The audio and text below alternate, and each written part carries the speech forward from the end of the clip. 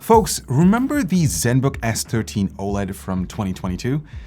Yeah, I absolutely love that thing because of its Ryzen 6000U processor. It had amazing battery life, great performance, and the list just goes on.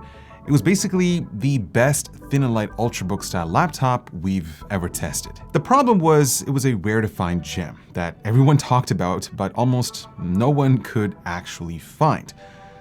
Well, ASUS is back again with the 2023 model, and let me tell you, this is a complete makeover from last year. So we're getting a newer design, better display, more ports, better build quality, and more in an incredibly thin package. Basically, it improved in every way, including availability. Hopefully, because now at least, AMD with their spotty availability for the U series CPUs is out and Intel's in.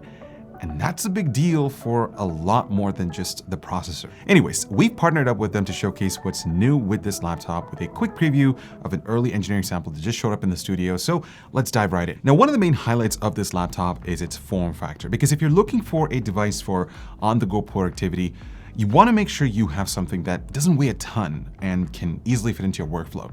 So the new S13 is only 0.42 inches or roughly 10.9 millimeters thin, which makes it one of the thinnest laptops that I've ever got my hands on. It's 30% thinner than last year's S13 while still maintaining the same weight at 2.2 pounds. I mean, it's actually thinner than my iPhone, or almost the same size or thickness as my iPhone 14 Pro. That's crazy. So it's super lightweight and easy to carry around. ASUS did some serious engineering to make this happen, like embedding a thinner yet fully capable Full HD webcam directly onto the top lid to save on space. This is what the 1080p webcam looks like, and right away I can tell it is a huge difference compared to the 720p sensor on last year's S13, so there's more detail and it covers a wider field of view, which is awesome. ASUS has also added a few software features to help enhance your virtual meetings, like background blur that isolates you from the background, gaze correction adjusts your eyes so that they look directly into the camera, so it's more natural. But most importantly, the built-in microphone has received some serious AI noise cancellation enhancements, and this is how it sounds like, so let us know what you guys think. They also made some improvements to the overall build quality while also being environmentally conscious. So both the top lid and the bottom are made out of post-consumer recycled aluminum. The keyboard deck inside is a mix of magnesium and aluminum alloy. The keycaps and the built-in speakers are sourced from post-consumer recycled plastics. These are thoughtful initiatives to achieve carbon neutrality.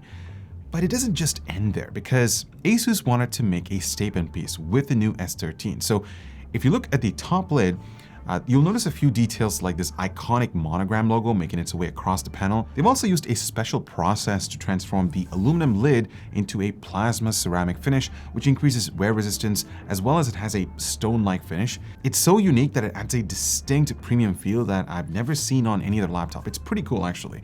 I mean, if you take a listen, it's just so smooth, and man, I really like what they've done here. Now the S13 will come in two flavors, like Ponder Blue and Basalt Gray, which is what I have over here. Now that color theme continues on the inside. As you can see, the charcoal keyboard adds a nice contrast, and they've tweaked the switches to offer 1.1 millimeters of key travel, and you get the ergo left feature that angles the keyboard for a better typing experience. There are some cool hotkey functions that I'm sure would assist your productivity needs, like this screen capture key that quickly lets you take a screenshot without having to launch snipping tool. There's also a dedicated webcam and microphone disable keys with LED indicators for visual awareness, which I like. Now by default, all these secondary functions are set as primary without having to hit the function key, but if you want to swap them, you can hit function plus the escape key. The trackpad has increased slightly in size, and it features precision glass for that ultra-smooth navigating experience. Keep in mind that they did eliminate the built-in trackpad feature, but I'm actually curious, do you guys care about that? Would you rather use a keyboard with a dedicated numpad? Also, they did remove the fingerprint sensor that's built into the power button. That's a feature that I truly miss. Now, even though this is a very thin laptop, ASUS was still generous with the I/O. In fact, you get more this time, and some of which is due to Intel's platform benefits versus AMD. So on the left, you're upgraded with a full-size HDMI 2.1 port and 2 Thunderbolt 4 ports, where one of which is used for charging. And on the right, they've added a full-size USB Type-A port. I'm sure this will come in clutch for your USB accessories, and it bucks this trend we're starting to see with thin and lights just ditching USB-A ports.